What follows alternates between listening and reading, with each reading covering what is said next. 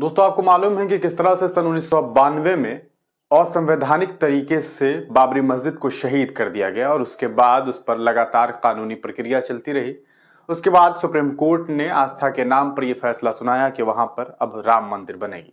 राम मंदिर अब तैयार है और आप तमाम लोग जानते हैं, तैयार तो नहीं है लेकिन पॉलिटिकली वो तैयार हो चुका है और उसका प्राण प्रतिष्ठा जो है वो होना है। मंदिर की प्राण प्रतिष्ठा को लेकर के खबरें अब आम हो चुकी है। 22 तारीख को प्राण प्रतिष्ठा है। इस बीच एक बड़ी खबर ये सामने आ रही है कि दूसरी एक मस्जिद जो कि मथुरा में है, जिसे शाही ईदगाह मस्जिद के नाम से जाना जाता है, वहां पर हिंदू पक्ष का यह दावा है कि वहां पर श्री कृष्ण का जन्म हुआ था। वो श्री कृष्ण की जगह है, मतलब वहां पर कृष्ण उसे जो है कृष्ण जन्मभूमि बताई जाती है और ये दावा है कि मस्जिद जहां पर बनी है वहीं पर कृष्ण जन्मभूमि है। इसको लेकर के जो है मामलात अब कोर्ट में पहुंच चुका है। आप तमाम लोग जानते हैं कि भारत में एक कानून 1991 में बना जिसका नाम वर्शिप एक्ट है। उस कानून के तहत ये बात साफ है कि इस हिंदुस्तान में सन 1947 15 अगस्त से पहले जो भी बिल्डिंग्स थी वो जिस भी तरीके से थी, अगर कोई 15 अगस्त 1947 से पहले कोई मस्जिद थी तो आजादी के बाद भी उसे मस्जिद ही माना जाएगा। भले उसका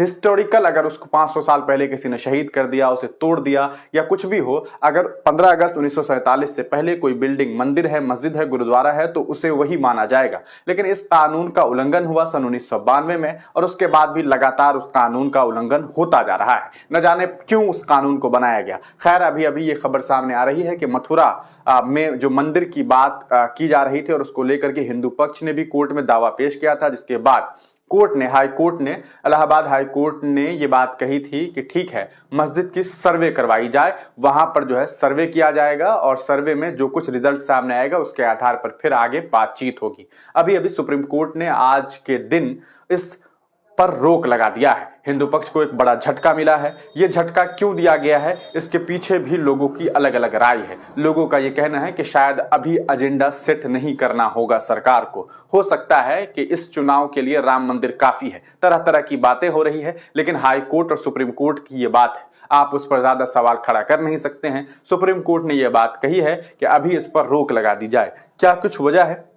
आप तमाम लोग जानते हैं कि किस तरह से मसाजिदों को टारगेट किया जा रहा है। मथुरा हो और अलग अलग जगह पर जो है खबरें इससे रिलेटेड सामने आ रही है। इस पूरे मामले को लेकर के जो खबरें सामने आई है वो ये है कि मथुरा के श्री कृष्ण जन्मभूमि मामले में हिंदू पक्ष को सुप्रीम कोर्ट से झटका लगा है। शीर्ष अदालत ने इलाहाबाद हाई कोर्ट के उस फैसले पर रोक लगा दी है जिसमें शाही ईदगाह का सर्वे कराने के लिए कोर्ट कमिश्नर के नियुक्त करने का आदेश दिया गया था। इलाहाबाद हाई कोर्ट ने बीते साल 14 दिसंबर को मथुरा में श्री कृष्ण जन्मभूमि मंदिर से सटे शाही ईदगाह परिसर के सर्वे को मंजूरी दे दी थी, लेकिन जिसके खिलाफ मुस्लिम पक्ष ने सुप्रीम कोर्ट में रुख किया था। सुप्रीम कोर्ट ने मुस्लिम पक्ष की याचिका पर सुनवाई करते हुए कहा, इस मामले में हाई कोर्ट में सुनवाई जारी रहेगी, लेकिन सर्वे करने के लिए कोर्ट कमिश्नर की नियुक्ति पर अंतरिम रोक लगी रहेगी। मतलब रोक लगा दी गई है कि अभी जो है आप सर्वे नहीं कर सकते हैं। सुप्रीम कोर्ट ने हिंदू पक्ष पर सवाल उठाते हुए कहा है कि आपकी अर्जी स्पष्ट नहीं है, आपको स्पष्ट रूप से बताना होगा कि आप क्या चाहते हैं। इसके अलावा ट्रांसफर का मामला भी न्यायालय में लंबित है, हमें उस पर फैसला लेना है।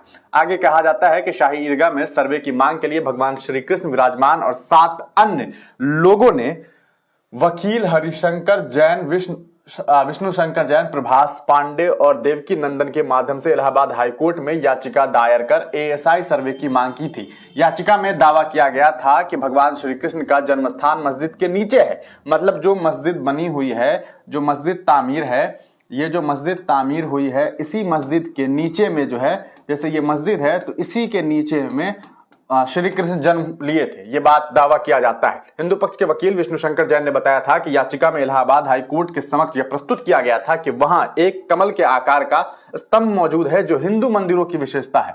मतलब वहां पर कुछ कमल टाइप का बना हुआ है और इसका कहना है कि यह सिर्फ हिंदू पक्ष के लिए होता है। इसके अलावा वहां शेषनाग की एक छवि भी मौजूद है जो हिंदू देवताओं में से एक है। उन्होंने जन्म वाली रात भगवान कृष्ण की रक्षा की थी। अदालत में यह भी प्रस्तुत किया गया है कि मस्जिद के स्तंभों के निचले भाग पर हिंदू धार्मिक प्रतीक और नक्काशी है। आवेदक ने कोर्ट से अनुरोध किया था कि कुछ निर्धारित समय अवधि के भीतर शाही ईदगाह मस्जिद का सर्वेक्षण करने के बाद अपनी रिपोर्ट प्रस्तुत करने के लिए विशिष्ट निर्देशों के साथ कमीशन की नियुक्ति की जा सकती है, लेकिन अभी अभी इस पर रोक लगा दी गई है। अब आपका इस पूरे मामले पर क्या कुछ सोचना है, अपनी राय आप तमाम लोग कमेंट सेक्शन में दे सकते हैं। देखिए सिंपल सी बात है, इस देश में ये कोई नई बात नहीं है।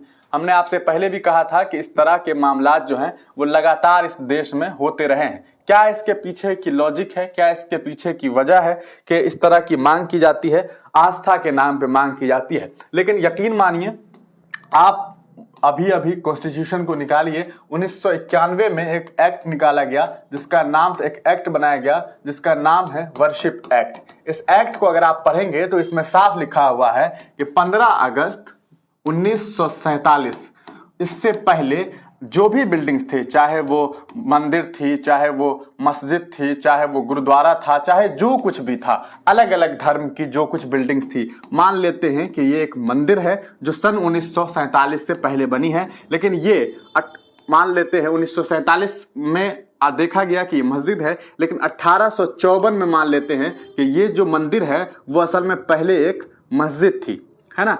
तो कानूनी एतबार से वर्शिप एक्ट के तहत जो मंदिर बन गई है तो अब वो आजादी के बाद मंदिर ही बने रहेगी, भले मुस्लिम पक्ष ये कहे कि ये मस्जिद है।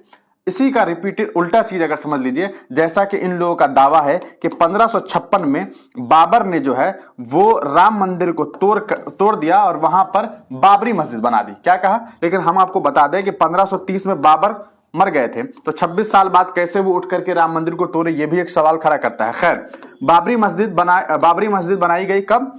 1556 में। किसको तोड़ करके भैया?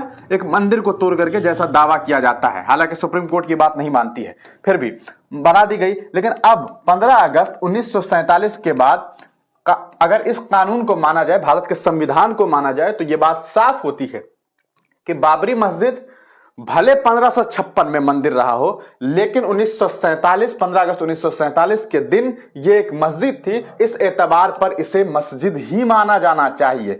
इसी तरह अगर मथुरा में कोई जगह है, ईदगाह मस्जिद है, और वहीं के बगल में, जैसे ये ईदगाह मस्जिद है, तो इसकी बगल में एक जो है वो मंदिर है। वो मंदिर क्या है भैया? वो श्री कृष्ण मंदिर है। लेकिन ये जो मस्जिद है ये 15 अगस्त 1947 को भी मस्जिद थी। तो इस एतबार से, इस कानून के एतबार से ये बिल्कुल सही है, और इस पर कार्रवाई करना ये कानूनी तरीका, कहा सकता है कि संविधान का अपमान हो रहा है। लेकिन इस देश में इतनी आसानी से और इतने तरीके से संविधान का अपमान किया जा रहा है जिसके बारे में कुछ भी कहा नहीं जा सकता है। आप तमाम लोग अपनी राय कमेंट सेक्शन में जरूर दीजिएगा। तब तक के लिए दीजिए इजाजत, फिर मिलेंगे किसी नई वीडियो के साथ, किसी नई पेशकश के साथ।